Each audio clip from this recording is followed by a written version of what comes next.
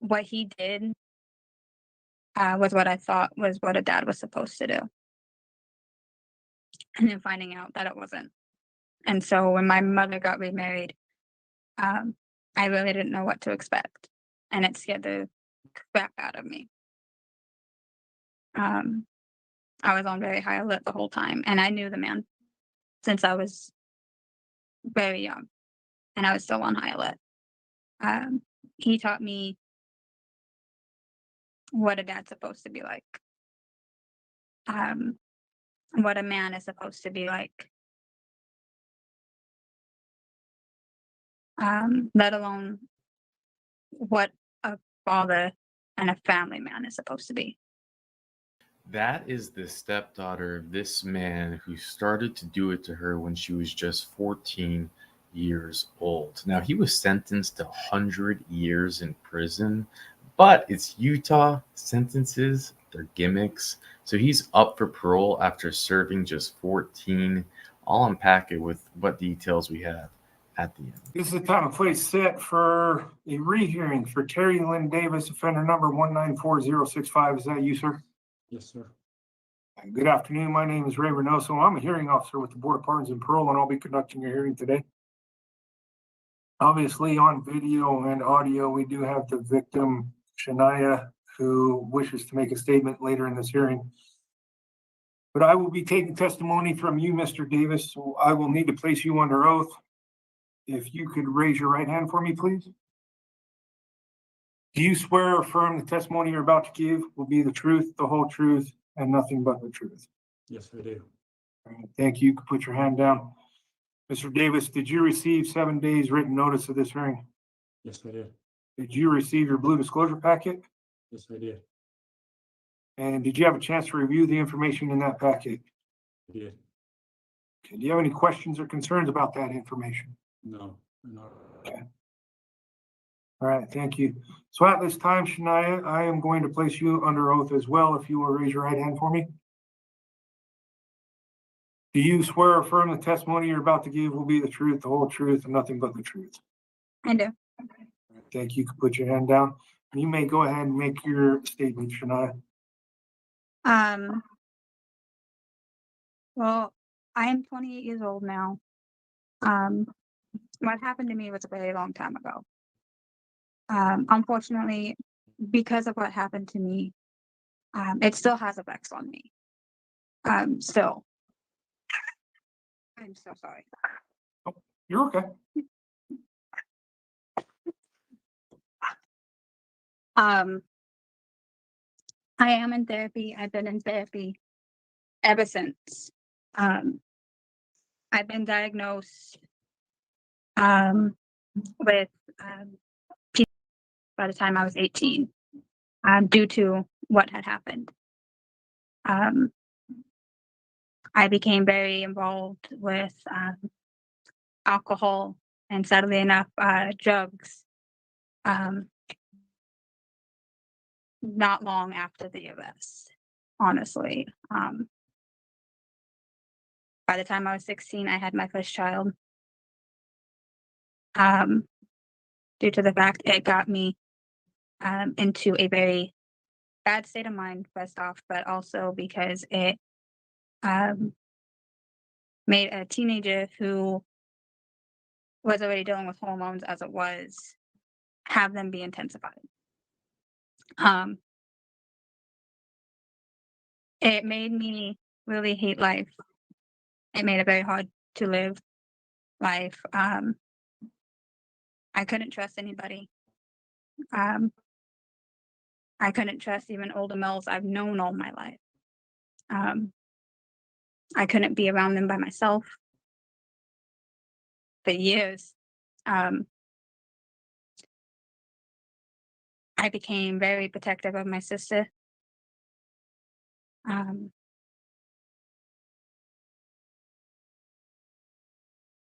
And to this day, even, I still have my struggles. I still get flashbacks of those incidences.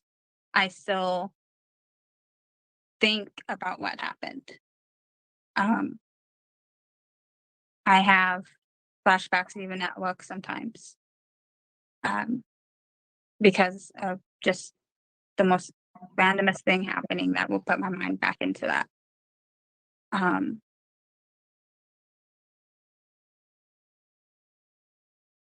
It's made my life really hard, where there was a lot of things I did not know that happened. I'm still learning we're not okay.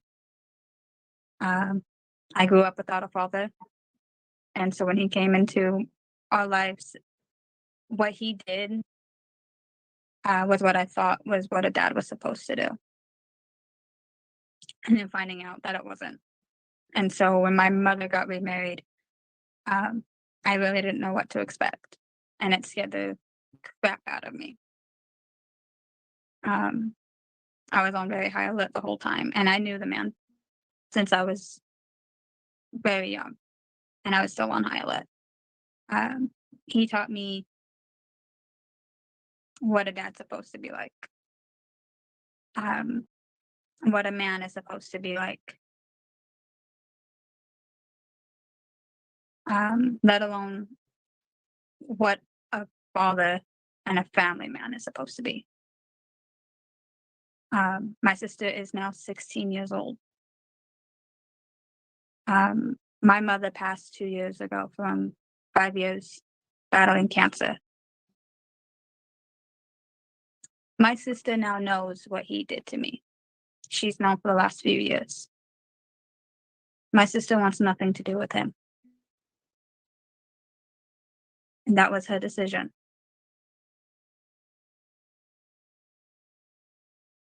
And when I told my sister what had happened, my biggest thing was she was going to hate me.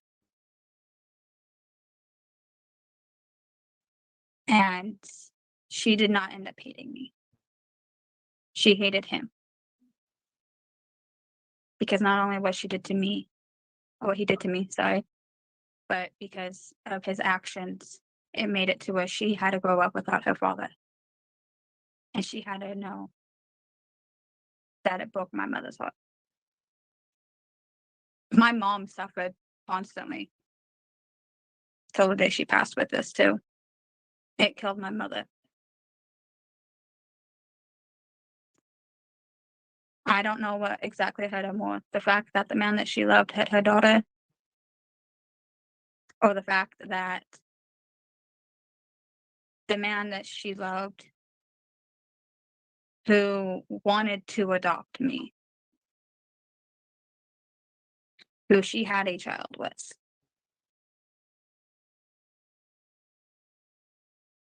that she did. I don't know if she hated herself for trusting somebody like that.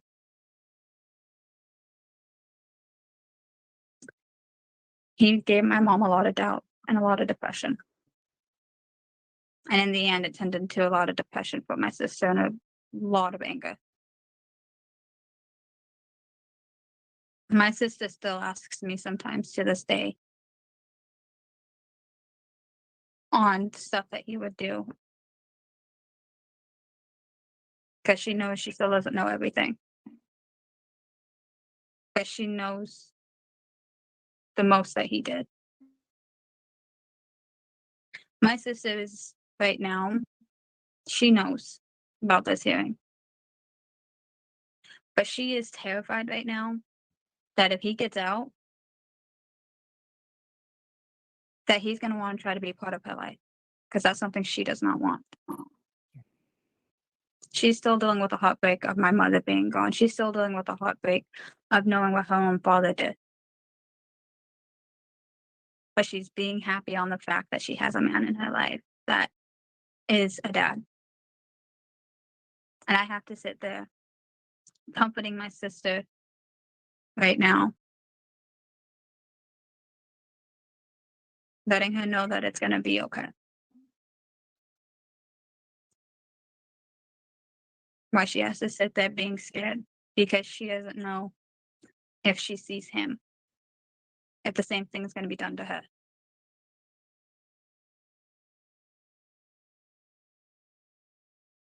Okay. Thank you, Shania. If you will put yourself on mute. And you can still listen to the hearing. Okay, Mr. Davis. Heard from Shania. Do you have any response to that? Still to this day feel bad for what I did. I mean, like she said, should have been in her life, being a father, but screwed up and did what I did and learned a lot about myself. How bad of a person I was out there before I came to prison. And I've been trying to change. I've done quite a bit while I've been in here, so hopefully it all works out to where I could get out, help my mom, my little brother with the house, and try to get what life I got back together. Well, I got to say I'm sorry for everything I did. Big time sorry. I know sorry won't stop what I did, but I mean, I'm sorry.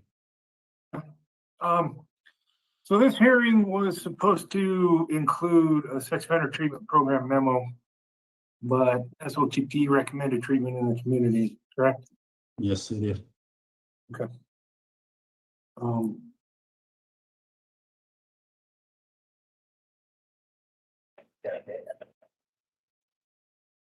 Were you under the influence of alcohol or drugs when you committed this offense?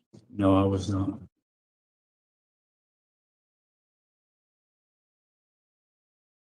Tell me what was going on in your life at this time that you thought this was appropriate behavior.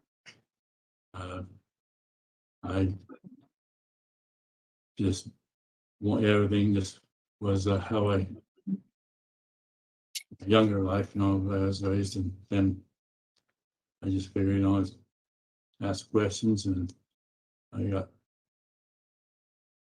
kind of down on myself, depression, I guess to say. I did what I did, and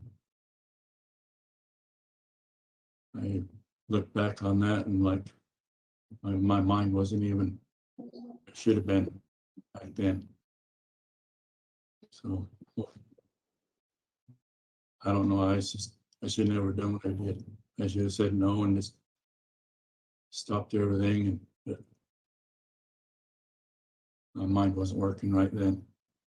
About your physical or mental health that could interfere with you being successful on parole?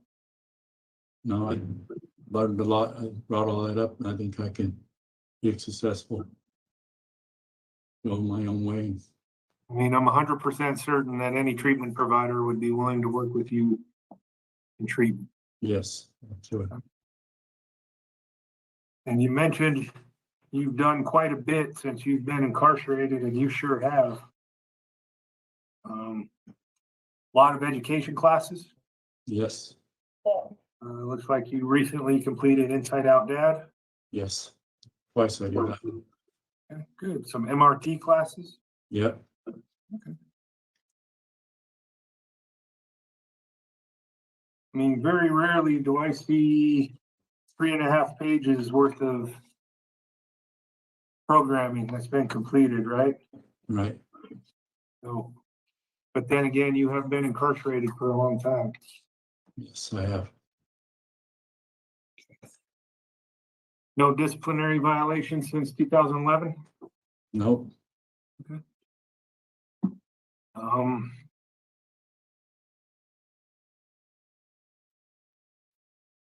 You currently work as a janitor at the jail.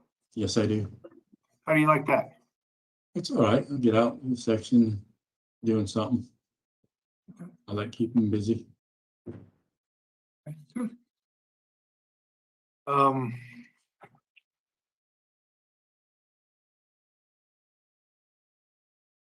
I have to bring this up, and then this also is also some information for you, Shania, is that I noted in the PSI is that no actual restitution was ordered, but the parties agreed to cap it at $10,000. Okay. The PSI stated that Medicaid covered your costs. So here's what I recommend as well is when you get a hold of the victim advocate or the victim coordinator here at the board, or the victim advocate that you've been working with, if you do have any out-of-pocket or costs, please provide that to them. They can provide it to the board. Mr. Davis, if you disagree with any restitution requests, you are entitled to a restitution hearing. Okay, but you will need to request that. If Shania does not submit any restitution requests or proof of out-of-pocket costs or anything like that, then there probably won't be any restitution ordered, okay? And Mr. Davis, I know you've been down for a long time and you've heard it through the grapevine, is that the board only looks at negative behavior, right? But we've talked about all the positive stuff you've done. You've completed a lot of programming. In addition, the jail there has stated that you've maintained a job since you've been back there and you're not a management problem, okay? So the board and I also acknowledge the positive behavior while you've been incarcerated. Okay, and especially being without a disciplinary violation for 13 years now. Okay. I know that's not easy to do while you're incarcerated. Okay, so thank you for your good behavior. In your board packet, you stated you plan on residing in Escalante with your mom and your brother. Is that correct? Yes, Okay. Do you have any plans for employment? yes. Okay. You don't have to tell me any specific employer, but a general job plan that you have. What do you plan on doing when you're released? There's a company I can go work with and help grease heavy equipment, work on that, and whatever other little jobs I can do, you know. Okay. But that one's looking pretty positive that I could do. Okay.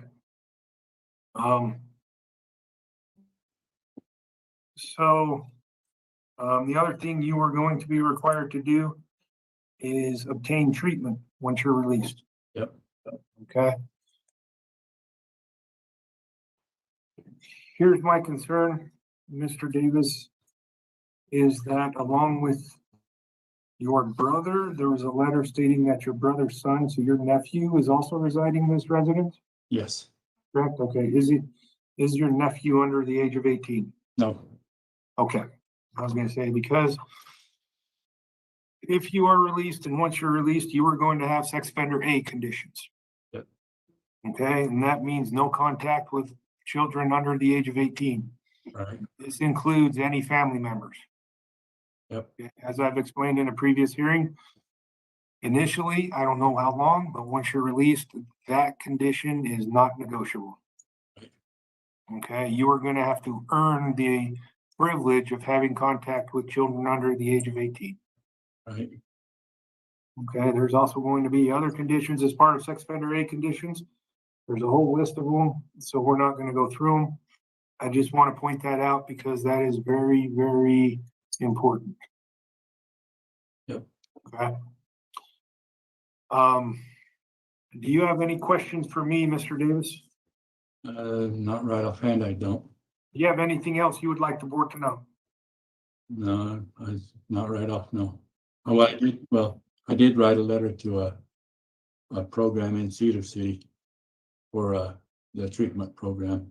Okay, what's the name of that program? Do you know? Arrow. Okay. See if I got it. I don't have it here. It's Arrow point something. Yeah, Okay.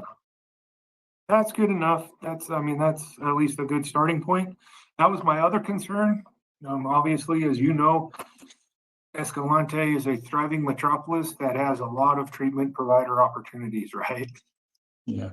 So it's gonna take an extra commitment on your part to go from Escalante to treatment, Yep. right? Yep. Okay. Okay. With that, let's talk about two dates right now. The first date is your sentencing guideline date. It's also referred to as matrix. Okay? Yep. For you, that is May 30th of 2025, so roughly 10 months from now. Now, this is a suggested release date. the board is not required to release you on that date. Exactly. They can release you prior to May 30th of next year, or they can keep you incarcerated longer. Yep. Okay, it is solely up to the board's discretion. They will look at my report once I submit it to them, and they will consider everything you've done since you've been incarcerated. Okay, the other date is called an expiration date. Now, this is the latest the board can keep you incarcerated. Because you were convicted of a first-degree felony, the board can keep you incarcerated for up to your natural life. Yep. Okay, I'm not saying that's what will happen. I'm saying that is a possibility. I believe that knowledge is power, and so if the board orders that, once again, I'm not saying they will. I want you to be prepared for that. Yeah. Okay. I also want you to keep that in the back of your mind if you are paroled and you're out in the community. Okay, even a seemingly innocent contact with a child under the age of 18, if it's not allowed or any violation of your parole conditions, can land you back into prison for the rest of your life. Right, I understand that. Okay. All right. So do you have any questions for me, Mr. Davis? None that I can think of right off the hand. Okay. Here's what will happen going forward is I will type up my report and I will submit it to the board this week. Takes 3 out of the 5 board members to agree to make a decision. Once that decision is made, they'll notify you in writing through inmate mail. If you have friends or family who want to know what the board's decision is, they can check the board's website and it'll be updated as soon as the decision is made. Now, Shania, if you have any questions and want to know what the board's decision is, you can also check the board's website if you so choose. You are also free to contact your victim advocate or the board's victim coordinator, okay? It can take the board 2 to 4 weeks to make a decision. So it's not going to be made today. It's not going to be made this week, especially with the holiday coming up. Right. Additionally, it could possibly take the board longer to make a decision in your case, and it has nothing to do with you. The board, I'm not sure if you're aware of it, has an execution hearing that is coming up in the next couple of weeks. Yes, I've heard. Obviously, that hearing and their decision making and their discussions in that hearing is going to take precedence over yours. Okay, so if it takes longer than 4 weeks, don't worry about it. Don't get anxious. Don't stress. Contact your case manager and see what's going on. It's just unfortunately right now the board is going to be busy dealing with that case. Okay. All right. Thank you, Mr. Davis. You're welcome. We will conclude this hearing, and thank you, Shania. The board appreciates your participation in this hearing. Well, they granted parole for this cockroach. He's going to be released in just 6 months from the time of this hearing. And that's what I mean by Utah sentences being complete gimmicks. He was sentenced to 100-year sentence. He was convicted in 2010. She was 14 years old. He's not supposed to be able to have his full term date till 2109, but out after really just, I guess, 14 years or 15 years.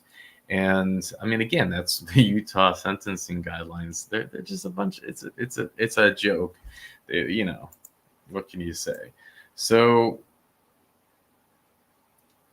yeah, I mean, his parole granted effective 5/27/2025.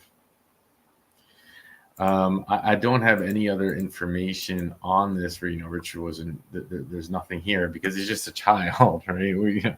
It's not that big of a deal. But here's the thing, and what is there to really talk about with this parole hearing? Horrible interview, horrible. There's nothing there. You have the survivor come up and make a statement, really, and she, talking about how she wants to protect her sister, his daughter. Because she's afraid he's going to want to come back in her life. And we have to remember that these roaches, it's my belief that they don't marry a woman who happens to have a young daughter and then they happen to, I believe it's planned out. I believe the entire thing is orchestrated. And when you think about that, remember, he doesn't even blame anything. He was completely sober. It's a It's an animal on the hunt. They're like, wait a minute, I'm gonna go, that woman has a child. Yes, I'm gonna marry her. I know I can manipulate, I can make it all. And that's just crazy. Those people are dangerous. You can't fix them with programs. In their mind, they don't need to be fixed. They know what they're doing is wrong. They're playing chess. They're very articulate. They're very determined. They're very focused on achieving their goal. You can't retrain them. But the system doesn't understand that. We don't understand, I mean, I made a mistake in saying that. We don't understand it. We're just sheeple. We don't understand that the system does understand it. So my bad. Obviously they know best. There you have it. I live every day knowing that when I told my babies I loved them before leaving for work, that I was leaving them with their own real life nightmare. Mr. Edward Trujillo has caused not only 1, 2, or 3, but all 4 of my children the same reality that both he and I lived in terror of with our whole lives. How could I allow such a person into my own and my children's lives? How can I, as a child of such gut-wrenching pain, allow such a vile person to breathe their same air? It is my opinion that he should never be allowed to be in the same vicinity with any innocent child ever again. This individual has inflicted so much pain on not only my 4 children, but other children as well. I know that he has been in prison for abuse of a child at least once before and believe that he will offend again. I beg you to deny Ed this early release. Their nightmare was their biological grandfather, all 4 of their children, and he was handed down a 300-year sentence. Now, these sentencing guidelines in Utah, they're just gimmicks because he's up for parole just 10 years into this 300-year sentence. I'll unpack it with the details at the end. In regards to your offense, I show case number 121901640. I show on December 30th, 2011, an officer responded to the home of a woman on a report of a sexual abuse involving the 4 children, ages 8 to 17, She identified the perpetrator as Ms. Trujillo, who was the stepfather and children's grandfather. One of the victims stated that he had sexually assaulted him. She sent text messages to him and asked him about the abuse. He admitted in text messages to the abuse. He checked himself into a health center and he was there for several days. The other victims were also reported sexual assault. One of the victims did not at that time, but then later did so. Is that correct, sir? Yes, Anything you want to say about the offense? no,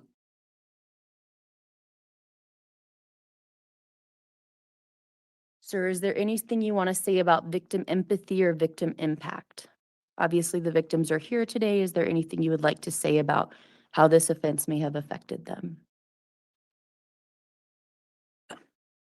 I'm sure it affected them badly. So all I can say is I don't know what their deep feelings are, but yeah, I'm sure it impacted them. Sir, and that's the offense for which the board has jurisdiction, but I show multiple sex offenses throughout your criminal history. Anything you want to say about that? No, And I'm sorry if I stop talking. I'm making notes of everything everyone's saying today, so I don't want anyone to think I'm not listening. Can you give me a little more insight, sir, into what was going on during this time, what risks you have as to why this occurred?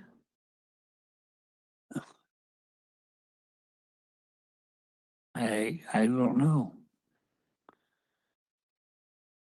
It happened. So, but I'm sure some of it had to do with alcohol. So Were you drinking at the time? Yeah, Were you drinking heavily? oh, yes, Has alcohol been an issue throughout your life? definitely, yes.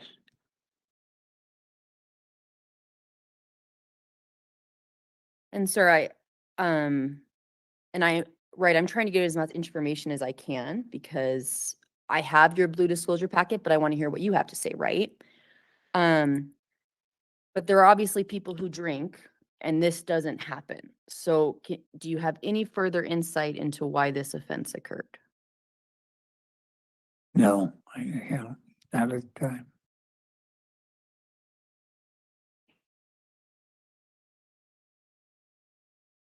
All right, it looks like we're gonna have two victims speak today, is that correct? Whoever would like to go first, we'll have you just go to the microphone, okay? All right, so we're gonna take victim testimony and then I'll ask for your response, okay?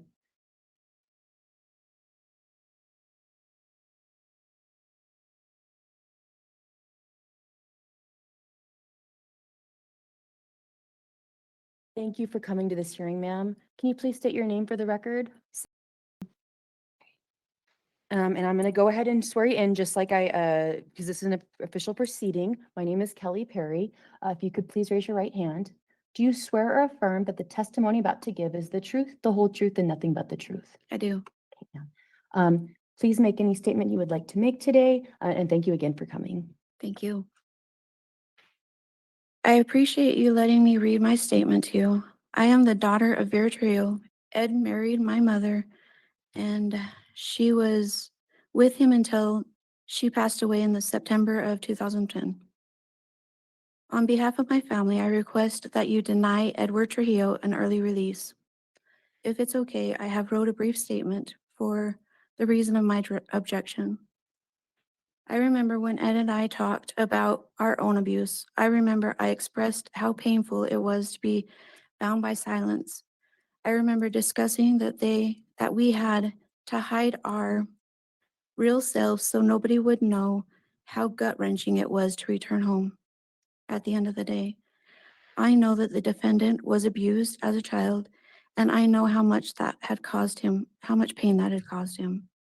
I hope that he knows he became the very person that he feared and hated while he was growing up.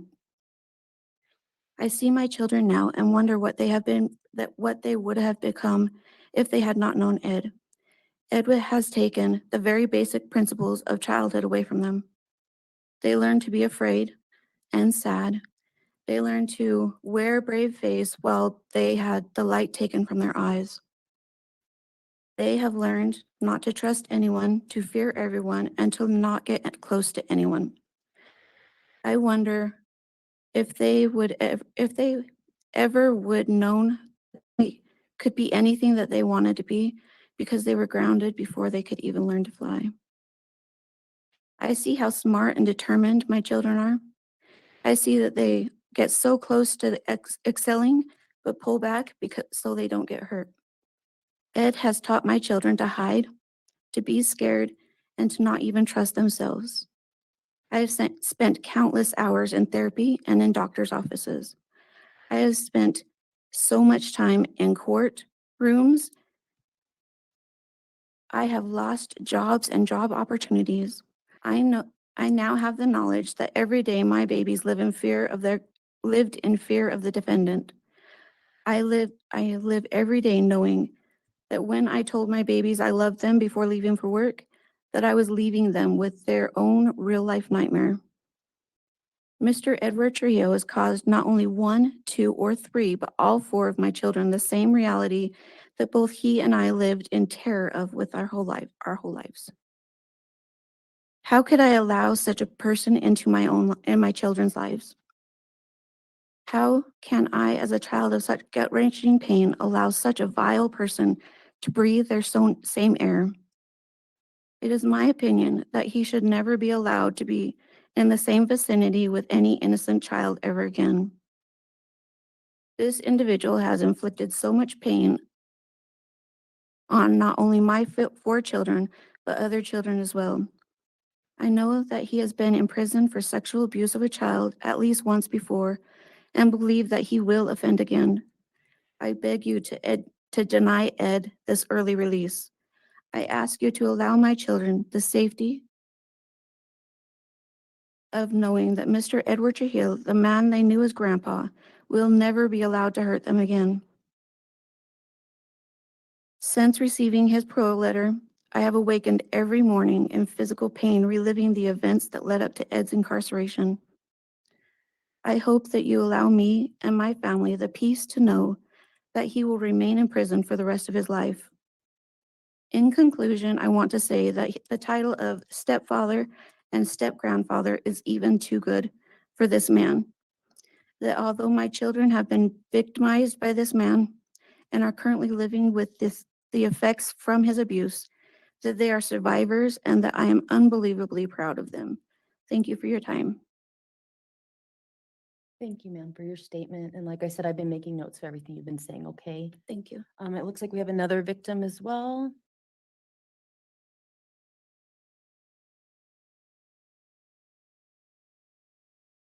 Ma'am, can you please state your name for the record?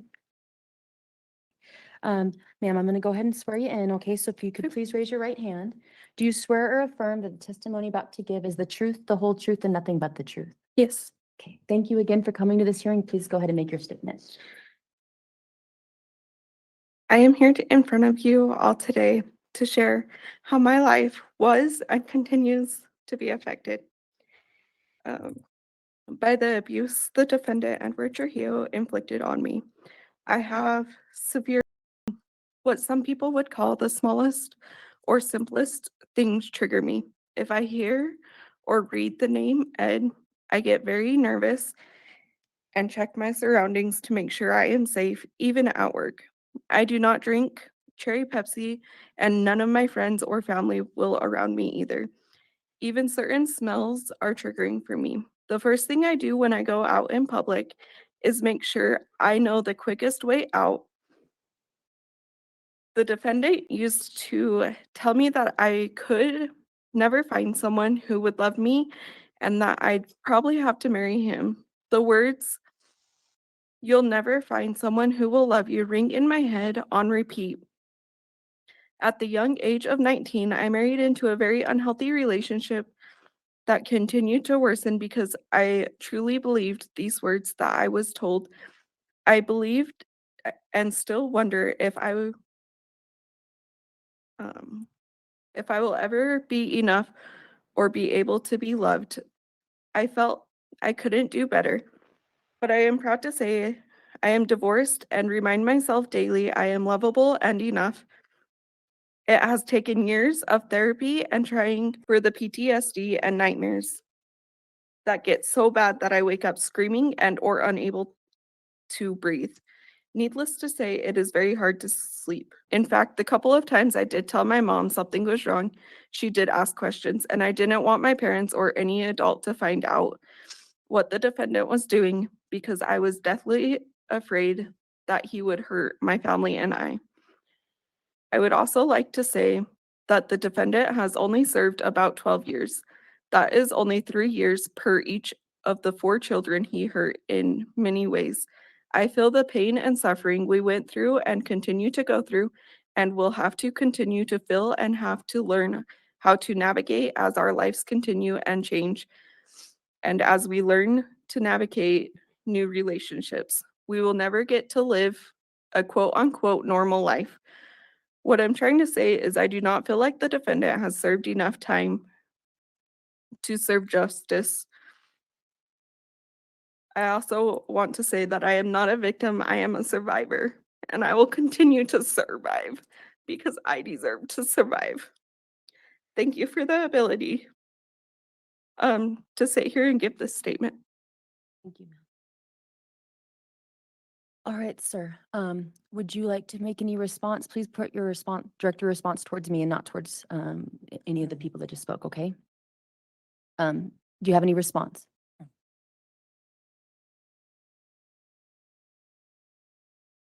All right, sir, I show restitution owed of $20,864.21. Are you willing to pay that, sir? I showed restitution owed of $20,864.21. Are you willing to pay that, sir? Don't know how. Sir, I'm a hearing officer. I make recommendations. The board ultimately decides. But I've never seen them grant parole without some kind of no victim contact condition. Would you abide by that? Yes. All right, so I want to make sure we get to the sex offender assessment and the medical report. Do you remember receiving the sex offender assessment? It's the assessment. It talks about your risk level and what they're recommending. Yes. What did you think of it? Oh.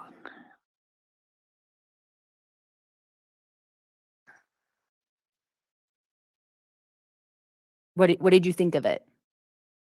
What the sex offender treatment program is recommending?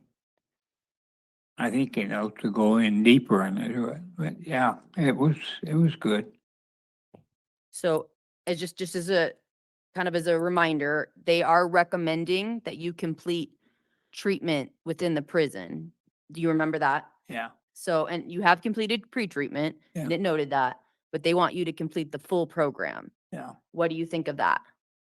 I tried. What do you mean Yeah. you tried? I tried getting into the program, but they never did tell me. I mean, they never come back and said, yeah, you can go into the program since I've been here. So, Well, and I would note that the board prior to this hearing only was ordering pre-treatment, right? And they were ordering the sex offender assessment to see what the sex offender treatment program was recommending, and they're recommending the full program. Do you think you need the full program? yes, Okay.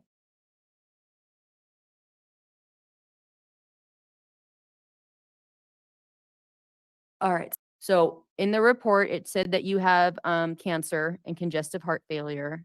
And I'm just going over this not to be rude, but just because I'm trying to get your insight, okay? It noted that the cancer has spread, and that you requested comfort measures only. It said that you require assistance with your ADLs, also known as assisted daily livings, and that that you were currently in the current unit, and that you have an ADA helper. Does that all sound accurate in that report? yes. Okay. Anything else you want to say about your medical needs? No, I just want to know.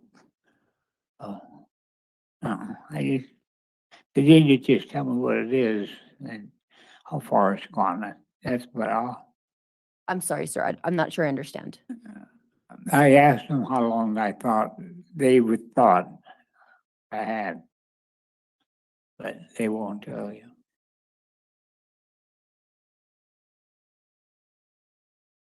And that's the only information I have, is just basically, it sounds like what the information you have, which just outlines some of the medical needs. Sir, so you took a sex offender pre-treatment. What did you learn in pre-treatment, if anything? Or did you like it or not like it? I liked it. I learned a lot about me, and not only what I went through, but what the victims went through. I'm hoping I did. Can you kind of expand on that for me, what you mean by that? Well, I didn't know who I was at the time. That things came out that I couldn't remember. And so it helped me a lot to know me.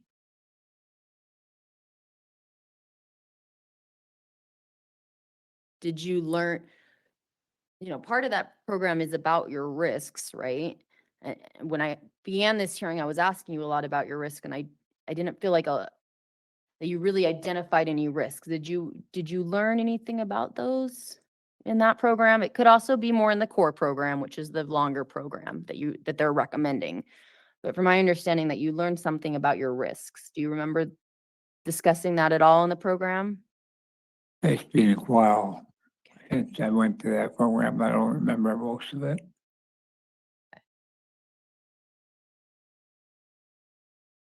Okay, sir. One of the things the victims spoke about was if you were ever paroled having, contact with children. And I think if you are paroled, I'm not the board ultimately decides, but that it is very likely that you have what are called sex offender A conditions. Have you heard of those, sir? It's okay if you haven't. Those conditions include, no contact with children. Would you abide by that, sir? Yes,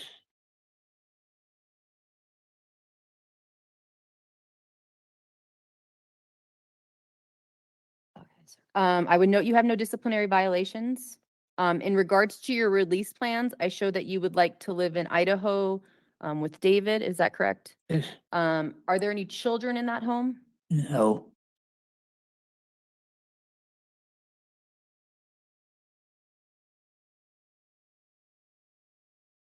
And obviously that's out of state, right? So if you are paroled, once again, I don't know what the board will do, but what you need to look into is called an interstate compact. There's a fee attached to it. There's a process, just so you know that that's something you will want to look into with your case manager if you are paroled, okay? And I'm not saying that's what's going to happen. I'm just telling you how that works. I would also note the board received a letter of support. All right, so those are all of my questions. From here, I'm a hearing officer. I make recommendations. The board ultimately decides. They're made up of 5 members. 3 of them have to come to one decision. That's the decision of the board. You should get that in writing within 2 to 4 weeks. I would note your guideline, sir, is 228 months or February 25th, 2031. The best way to think of that is a suggestion. The board ultimately decides, okay? It's based on a number of factors, obviously one of them being your offense. And the board can go below that date, above that date, the same date they ultimately decide.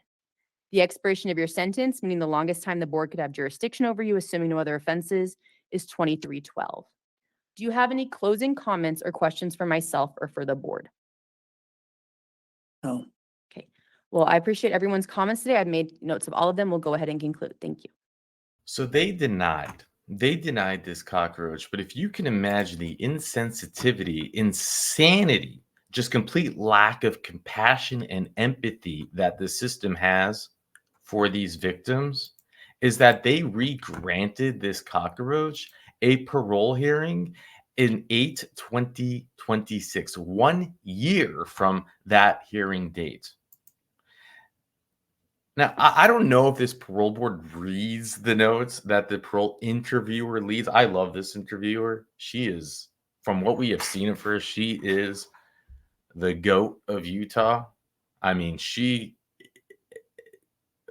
if you haven't seen the hearings that I'm referring to, where when she gets upset, she actually shows it. If someone crosses the line talking to the survivor, she shows it. She stands up. I call her the mama bear. And I'll put the links to that in the description if you want to see it. But I don't know. What she does is she takes notes and gives it to the 5-panel board. The 5-panel board now maybe they don't have a better system, because we cover hundreds of hearings every week, hundreds and hundreds and hundreds. So they just get some pamphlet, they get a folder, they check boxes, they just click things. And in this case, they're granting another hearing in a year. Maybe it's because of his medical condition. Maybe he won't make it a year because of his medical condition. But if you had read the notes where she has to say that when she received the parole letter, what that did to her, how she would wake up every morning in pain, reliving the events that led up to the incarceration. This is from the survivor speaking. And now she is going to have to wait a year for the unknown. Do you know what that can do to her? Just say no. Just say no. Have compassion for the victims. Have compassion for the survivors. He does not deserve compassion. He has one chance, one unique chance to do something redeeming in his life. He's dying. Whether he dies in prison or he dies outside, he has one chance. It doesn't take that much to say, you know what? I don't deserve parole. I don't want to put the victims through this. Maybe I can have some form of redemption by just saying, I'm just going to die here in prison. He could do that. He doesn't do that. No, he does nothing. What we saw is a monster. It's a monster through and through. This thing does not deserve to have another chance of parole. How come the system put in place does not see what is so obvious?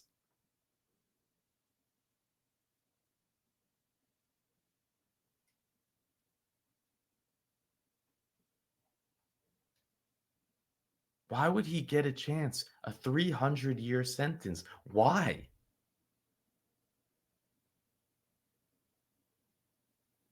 Make it make sense, but it won't make sense. It doesn't make. We're just sheeple. We're not the decision. We don't have PhDs. We don't understand the inner workings of this of the system.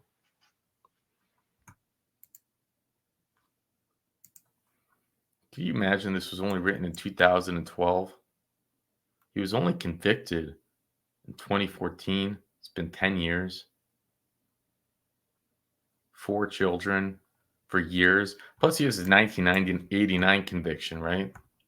Now, it's just children. We don't exactly know how long he served that 1989 conviction. But I don't think it takes a genius to believe that he has been a predator all his life.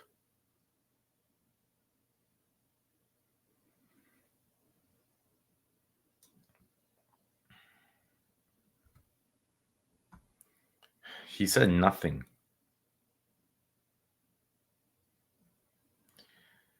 On the contrary, on the flip side, and we see this so often, we see the survivors come up. They leave mic drops. They leave powerful statements, short, not a word wasted, not a word too much, not a word too little.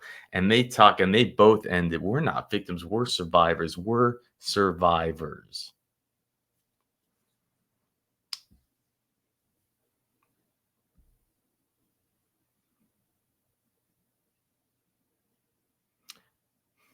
And they're going to out-survive this cockroach. He's going to, I don't know, what's scary is that it seemed he had support sitting behind him. It seemed he had some place to go. How anyone could support this roach is disgusting.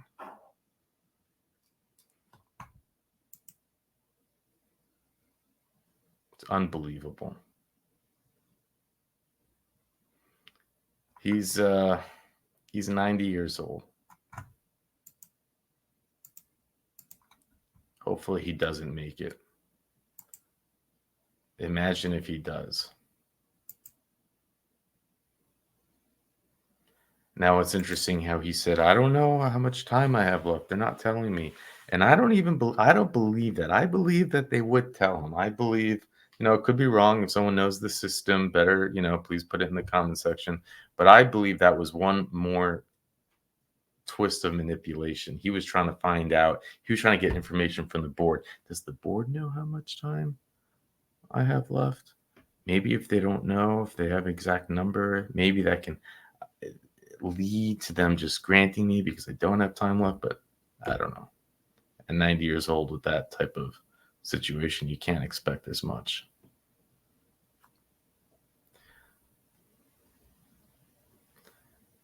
And this is why we do this, so we can just show how messed up the system is. And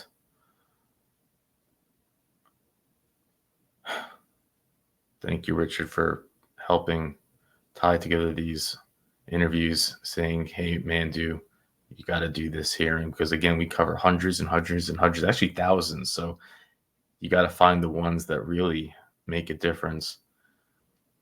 And with that, I'll let you go. Although my children have been victimized by this man and are currently living with the effects from his abuse, that they are survivors and that I am unbelievably proud of them. Thank you for your time. We will never get to live a quote unquote normal life. What I'm trying to say is I do not feel like the defendant has served enough time to serve justice. I also want to say that I am not a victim, I am a survivor, and I will continue to survive because I deserve to survive.